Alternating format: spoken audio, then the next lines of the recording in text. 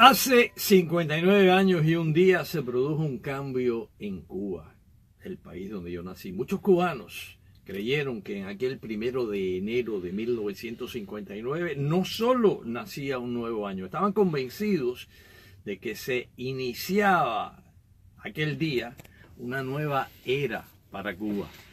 Fueron muchos los cubanos que vieron como profetas a aquellos barbudos que bajaron de la Sierra Maestra y que hablaban de democracia y libertad y que colgaban crucifijos y medallitas de la Caridad del Cobre del cuello. Y yo recalco esto porque toda mi vida me he topado con el abismal desconocimiento sobre lo que ocurrió realmente en Cuba hace 59 años y un día. El dictador Fidel Castro no llegó al poder prometiendo comunismo para Cuba. El dictador Fidel Castro hablaba de otras cosas. Él hablaba de elecciones multipartidistas en 18 meses. El dictador Fidel Castro, en aquellos primeros días de la revolución, antes de la salida del gobierno de Batista, hablaba de restaurar la Constitución de 1940. El dictador Fidel Castro hablaba en 1959 de libertad de expresión y hablaba de la importancia de una prensa crítica. El dictador Fidel Castro en más de una ocasión, incluso, les cuento a todos ustedes, te cuento Zairena, negó, y lo hizo con vehemencia, se enojó cuando le hicieron la pregunta. Fidel Castro decía que él no era comunista. El dictador Fidel Castro hablaba del sector privado como motor del desarrollo económico del país. Aquello fue un monstruoso engaño. Y los cubanos lo supieron muy pronto. Los fusilamientos comenzaron de inmediato. El mismo Raúl Castro dirigió los fusilamientos de unas 100 personas vinculadas al régimen de Batista. Esos fusilamientos ocurrieron en Santiago de Cuba, sin juicio ahí. No, este es batistiano, este era policía. Y a lo mejor aquellas personas habían cometido algunas violaciones, pero se merecían un juicio, sobre todo en la nueva era. No. Acusado, pues instantáneamente condenado. ¿Y cuál es la condena? La pena capital sin ningún tipo de apelación. Juicios sumarísimos en que no había, si es que había juicios, pero en los juicios no había un asomo de proceso debido. La acusación, repito, de por sí ya garantizaba una condena. Y las cárceles, además de los fusilamientos, las cárceles se fueron llenando de presos políticos con unas condenas draconianas, 30 años, 40 años de prisión. Muchos de ellos las tuvieron que cumplir hasta el final, hasta el último día. Hubo un momento en que se dijo que había 100.000 presos políticos en las cárceles cubanas. Y la dictadura cerró periódicos. Después de hablar de prensa libre, de libertad de expresión, pues cerró periódicos, cerró las escuelas privadas, arremetió contra la religión, expulsó curas y monjas del país, persiguió a las denominaciones protestantes. A veces se congregaban en los pueblos de Cuba multitudes frente a las iglesias, como gran parte de América Latina. Casi todas las iglesias en Cuba, sobre todo en el interior del país, están frente a una plaza. Pues allí se congregaba gente en la plaza para hostigar, para burlarse, para insultar, a veces hasta para golpear a los fieles que se atrevían a acudir a los servicios religiosos. La dictadura, que decía que iba a respetar el sector privado, no, confiscó todas las empresas, todas, las nacionales, que eran la mayoría, las extranjeras, las grandes, las pequeñas. Y Cuba, que desde tiempos de la colonia había sido un país receptor de inmigración, hasta el último día de 1958 llegaron inmigrantes a Cuba, sobre todo de España y de otras partes de Europa. Y era poca la gente que migraba de Cuba hacia el exterior. Bueno, pues Cuba se convirtió en un país de exiliados. 2, 3 millones. No se sabe verdaderamente la cifra exacta de los cubanos que se han ido de su país en estos últimos 59 años. Es un éxodo masivo que continúa hoy en día. Y al principio, por supuesto, se fueron los partidarios del régimen de Batista y entonces se fueron los ricos y se empezó a ir la clase media, la clase profesional y los obreros. Y llegó el momento en que aquel río humano que salía de Cuba se convirtió en un éxodo de pobres, porque la dictadura comunista sumió a Cuba en la miseria. En 1965, para citar un ejemplo, la dictadura castrocomunista abrió el puerto de Camarioca como válvula de escape para que se fueran del país los descontentos. Desafió a los exiliados, que allá había muchísimos exiliados ya en 1965, pues dijo, vengan, esta gente se quiere ir y ustedes quieren unirse, vengan aquí a Camarioca y recójanlo. Y la gente, sobre todo aquí en la Florida, los cubanos alquilaron botes, algunos tenían botes y fueron a recoger a sus familiares a Camarioca. En menos de 50 días, Seirena Barbosa, se marcharon casi 3.000 cubanos recogidos por sus parientes que viajaron en embarcaciones desde Estados Unidos. Días después, para evitar desastres en el mar, para poner fin a todo aquel desorden, el gobierno de Washington, el gobierno del presidente Johnson, negoció con el régimen de La Habana una salida más ordenada hacia Estados Unidos.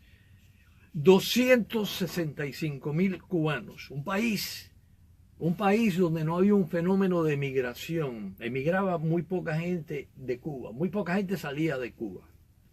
Pues 265.000 cubanos se fueron de la isla en los llamados vuelos de la libertad, que duraron de 1965 a 1973. Entonces, en 1980 ocurrió el éxodo del Mariel y en 3, 4 meses llegaron aquí a Estados Unidos 125.000 cubanos. Cubanos que de un momento a otro dijeron me voy y tuvieron que entregarlo todo, la casa, los muebles, la ropa, las joyas. Cubanos que fueron, una vez que decían que se querían ir del país, eran blancos de los despreciables, bárbaros, llamados actos de repudio, donde la gente rodeaba la casa, le lanzaba huevos a los niños, los insultaban en los centros de trabajo, hacían mítines de repudio. Eso es lo que tuvo que enfrentar la gente que se fue por el Mariel. Repito la cifra, 125.000 cubanos llegaron a Estados Unidos en menos de 4 meses durante el éxodo del Mariel, otra vez recogidos en embarcaciones por sus familiares. En 1994 se produjo el llamado éxodo del Maleconazo, después de que hubiera manifestaciones en contra del régimen en el litoral habanero. De nuevo, la dictadura abrió las puertas a la salida. El que quiera ir, que se vaya. Bueno, pues la gente se lanzó al mar, en balsas, en precarias embarcaciones. Más de 30.000 cubanos se lanzaron al mar antes de que la Marina de Estados Unidos desplegara una gigantesca fuerza naval en el estrecho de la Florida para impedir su llegada a Estados Unidos. Yo recuerdo, yo venía de México, yo estuve cubriendo México, creo que las elecciones de México que ganó Zedillo, y entonces cuando regreso del DF, de la Ciudad de México, y pasa el avión sobre el estrecho de la Florida, aquello parecía la Segunda Guerra Mundial, lleno todo el estrecho de barcos. Yo nunca había visto con mis ojos una fuerza naval como la que hubo para evitar que llegaran los cubanos. Los interceptaban en alta mar y los llevaban a la base naval de Guantánamo. Más de 30.000 se lanzaron al mar. Ese mismo año, el presidente Bill Clinton entonces puso en marcha la llamada política de pies secos, pies mojados, que por cierto el año pasado fue eliminada por el presidente Barack Obama en los últimos días de su gobierno. Se terminó aquel amparo de pies secos, pies mojados, aquel amparo migratorio mediante el cual el cubano que pisara suelo de Estados Unidos era acogido en este país.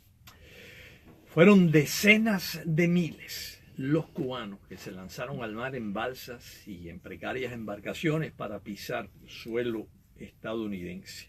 Fueron decenas de miles los que viajaron a terceros países en Latinoamérica, sobre todo para Ecuador, para desde allí llegar a Estados Unidos. Nadie puede saber con exactitud cuántos cubanos han muerto tratando de cruzar el estrecho de la Florida. Es importante señalar que ese éxodo de los balseros no comenzó a partir de la ley pies secos y pies mojados. El fenómeno de los balseros comenzó en los primeros meses de la revolución, antes de la política de pies secos y pies mojados ya eliminada. Murieron muchos cubanos. Nadie sabe la cifra exacta de cuántas de esas balsas, esas embarcaciones zozobraron y la gente murió ahogada o devorada por los tiburones. El éxodo cubano ha sido banquete de tiburones, los tiburones rojos que llegaron mediante la traición hace 59 años y los tiburones del estrecho de la Florida. Nadie podrá conocer tampoco la cifra de los que quedaron en el camino cruzando las selvas de Sud y Centroamérica. Fusilamientos, presidio político, escasez, atraso, exilio, separación de familias, represión. Ese es el saldo de esa monstruosa mentira que nació hace exactamente 59 años y un día. Eso es lo que llevaron a Cuba aquellos traidores que, lo repito, y quizás hay quien no me crea, lo repito, bajaron con medallitas. El propio Fidel Castro tenía una medallita de la Caridad del Cobre, con crucifijos. Había un par de sacerdotes ahí en la Sierra Maestra. Yo me acuerdo del cura Sardiñas, que era comandante de la revolución, y el cura decía: esta es la revolución de Cristo. No, era la revolución de Satanás. Eso es lo que llevaron a Cuba aquella gente. Aquellos que hablaban de democracia y hablaban de elecciones y hablaban de constitución y juraban que se habían acabado para siempre las dictaduras, y gritaban incluso, porque lo decían, que no eran comunistas, y prometían que habría justicia social y prosperidad, pero basada en el estímulo del sector privado. Cuba vive bajo una dictadura desde hace 59 años y un día. Vive bajo la opresión de la misma familia. La misma familia desgobierna Cuba desde hace 59 años. Desgobierna, sí. El mismo partido, el Partido Comunista.